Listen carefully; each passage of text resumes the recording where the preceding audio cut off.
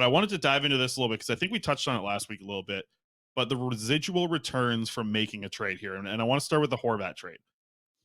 I look at Horvat as a trade option, and I think just from comparables of things in the past, even if he's just a rental, or if a team actually can get a re-sign done, like say it's Columbus and they can re-sign him, or the Islanders and they want to re-sign him, like, or give him an extension.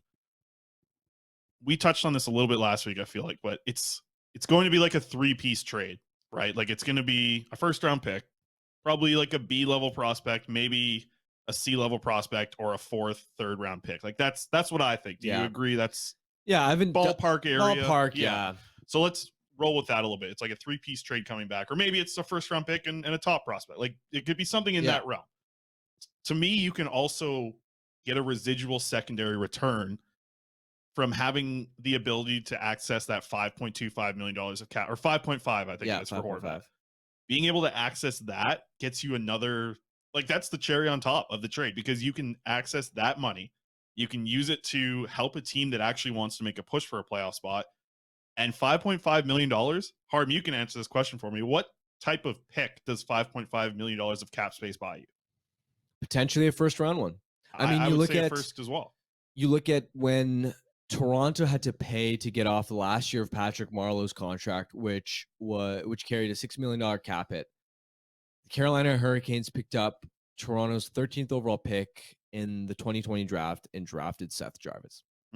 Jarvis is going to be a top 6 stud for years. He can play both wing and center, mostly been playing wing for the Hurricanes.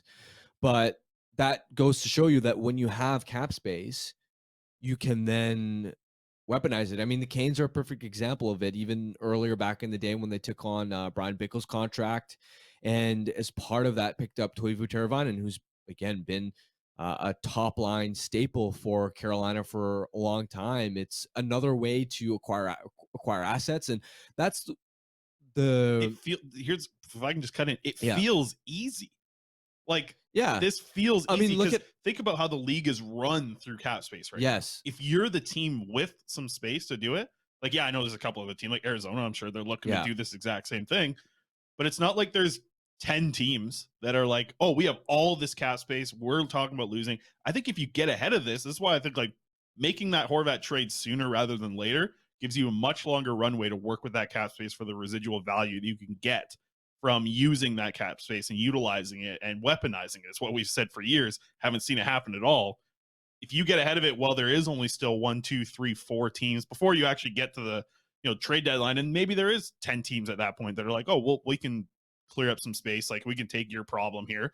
Like, you want to get ahead of that. You want to be a team that's able to have conversations on the way up, see what value is around the league, and then get that best value for it. So I think starting to move on things now, like, you can't wait till like the 35 game mark and be like, maybe we aren't a playoff team. Like, I think you need to make that decision now for once in what feels like the last 10 years. Get ahead of a situation for the Vancouver Canucks. Like, that has just not happened. It feels like every move is like behind something or is resulting of something. Then it makes a move. Try and get ahead for once with this management group. And I feel like Jim Rutherford has to know that.